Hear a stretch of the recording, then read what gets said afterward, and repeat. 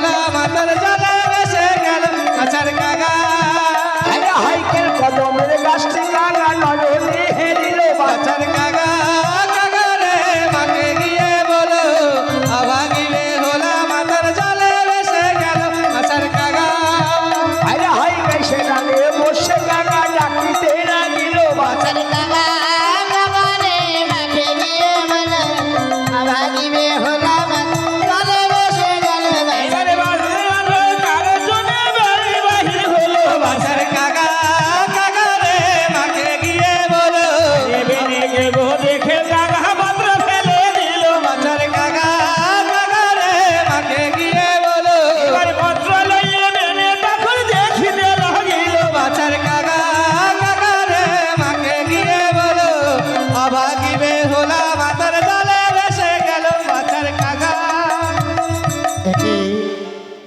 এই সকালবেলায় আমার ঘরের উপরে একটা কাকের ছানা কাকা করে রাব করছে। কোথায় বসে ওই কাকের ছানা ডাকছে আমি বুঝতে পারছি না।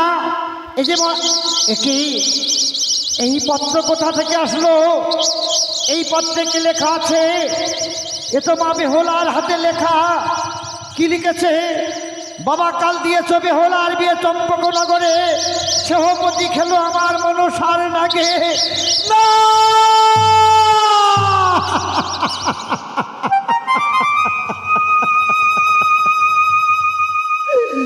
ওরে মা বেহুলা, আমি কি করেছি?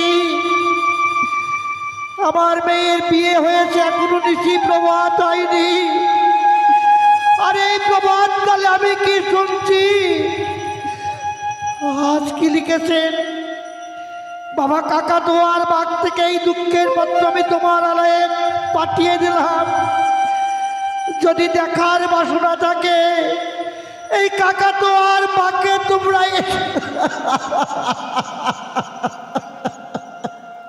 ওগো স্বামী, স্বামী গো, আজ একা একা পড়ো পত্র, একাই তুমি কাঁদো। ওই পত্রে এমন কি লেখা আছে তাই আমারে বলো। রত্না, বলো না গো স্বামী। এই পত্রের কথা তুমি শুনতে চেও না রত্না। কেন? এই পত্রের কথা তুমি শুনলে তুমি ঘরে থাকতে পারবে না রত্না। ওগো স্বামী, আমার এই ঘরে যদি না থাকতে পারি, 2-4 দিন নয় রাস্তায় কাটিয়ে আসবো। রত্না, বলো না তবু। তুমি আমার সঙ্গে রসিকতা করছো রত্না। কেন রসিকতা করব তোমার সাথে? তুমি আমার স্বামী, তুমি যে আমার গুরুজন। গুরুজন ব্যক্তিটির সঙ্গে কখনো রসিকতা করা যায় না। রত্না গো, বলো না গো। আমি তোমাকে অনুরোধ করছি, এই পত্রের কথা তুমি শুনতে চেও না। কেন? আমি তোমাকে বলতে পারবো না রত্না। স্বামী গো, না স্বামী না, একটিবার তুমি আমায় বলো না গো স্বামী। ওই পত্রে এমন কি লেখা আছে যে তাই পড়ে তুমি তাই কাঁদো? বলো না গো রত্না, একটিবার তুমি বলো। তুমি যে আমার অর্ধাঙ্গিনী, দুঃখের ভাগ যতটুকু তুমি নেবে, সুখের ভাগও যে ততটুকু তুমি নেবে, তাই আমি তোমাকে না বললে আর পারছি না রত্না। বলো। এই দেখো না রত্না, এই পত্রে কি লেখা আছে জানো? বলো। আজ মা বেহুলা পত্র পাঠিয়েছে। বেহুলা? বেহুলা ভালো কিছু লিখেছে স্বামী? ভালো। হয়তো তাহলে এই দেখো লেখা আছে, বাবা কাল দিয়েছ বেহুলার বিয়ে চম্পকনগরে, হ্যাঁ। সেবাপতি খেলো আমার মনসার রাগে। ও গো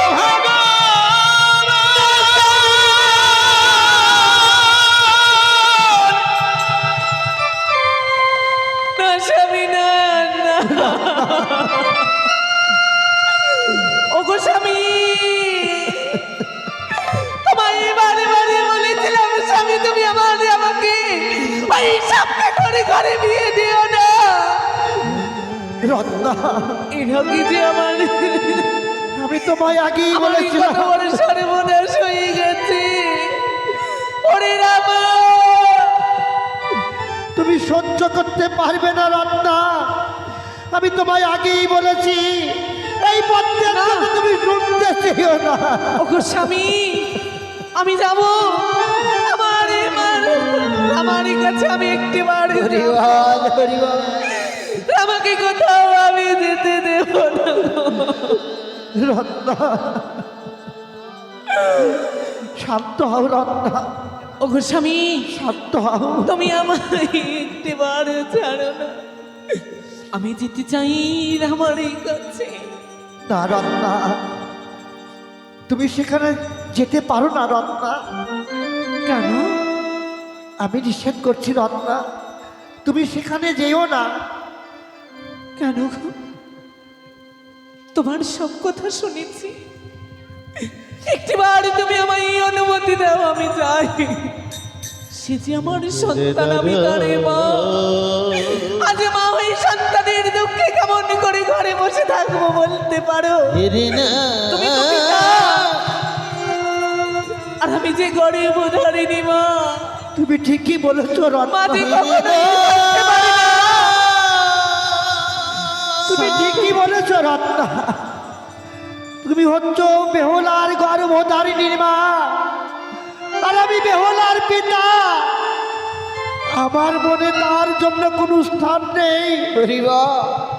জানো রত্না, বানু, কোনো জঙ্গলে যদি আগুন লেগে যায়, পশু পাখি স্থাবর অস্থাবর সবাই দেখতে পায় ওই জঙ্গলে আগুন ধরে গেছে।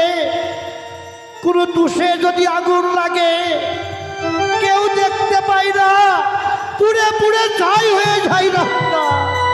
ওগো স্বামী, তার মধ্যে দূষণ অনল, পুড়ে পুড়ে ছাই হয়ে যাবে, তবু কেউ দেখতে পাবে না রত্না। ওগো স্বামী, আমি যাব না গো। তোমায় আমি একা রেখে যাব না, সত্য রত্না, যাব না আমার কাছে গো। রত্না, তোমাকে কেন নিষেধ করেছি জানো? বানু, তোমার কন্যা হ্যাঁ, তোমার কন্যা তার প্রাণপতির চরণ চেয়ে প্রতিজ্ঞা করেছে, প্রতিজ্ঞা করে 6 মাসের মতো করেছে সে যাবে শিবের কৈলাসে তার প্রাণপতি পুনর্জীবিত করতে। আর এই সময় তার কাছে গিয়ে তুমি যদি দাঁড়াও, হ্যাঁ, হয়তো তার প্রাণপতি ওই গঙ্গার জলে ফেলে দিয়ে তোমার সঙ্গে ঘরে ফিরে আসবে। তাহলে কি হবে জানো রত্না? বানু, এই জগতে লোকে বলবে বেহলা কলঙ্কিনী, বেহলা অসতী, বেহলা পত্রিকাকি। না, রত্না গো, তুমি দু হাত তুলে আশীর্বাদ করো, বেশ, মা বেহুলা জনতার তা সাধনায় সিদ্ধি লাভ করতে পারে। যে যেন হাতে শঙ্খ সীতা সিঁদুর রাখে সোনা, তার প্রাণপতি যেন সে দানে পায়। তুমি দু হাত তুলে আশীর্বাদ করো। হরিনাম। আমি যেতে পারলাম না মা, তবে আমার এই ঘরে হইতে তোকে আশীর্বাদ করি মা। তোর এই সাধনায় সিদ্ধি লাভ করিস, তোকে কেউ যেন অসতী বলতে পারে না, তোকে যেন সকলে সতী বিহুলা বলে ডাকে। তোর এই পিতা মাতা অনর হইতে তোকে আশীর্বাদ করলে মা, তোকে আশীর্বাদ করলো। চলো রত্না, তুমি গৃহে ফিরে চলো। বেশ, যাও রত্না, তুমি ঘরের ভিতরে যাও। ওগো স্বামী, আমি একটু একা থাকতে চাই রত্না। স্বামী গো, হ্যাঁ রত্না, আমায় তুমি একটু একা থাকতে দাও না রত্না। স্বামী, আজ তুমি একা থাকবে সত্য? বেশ, তবে আমার ওই ঘরে আমি ফিরে যাব, তুমি সময় মতো চলে এসো। আসবো রত্না।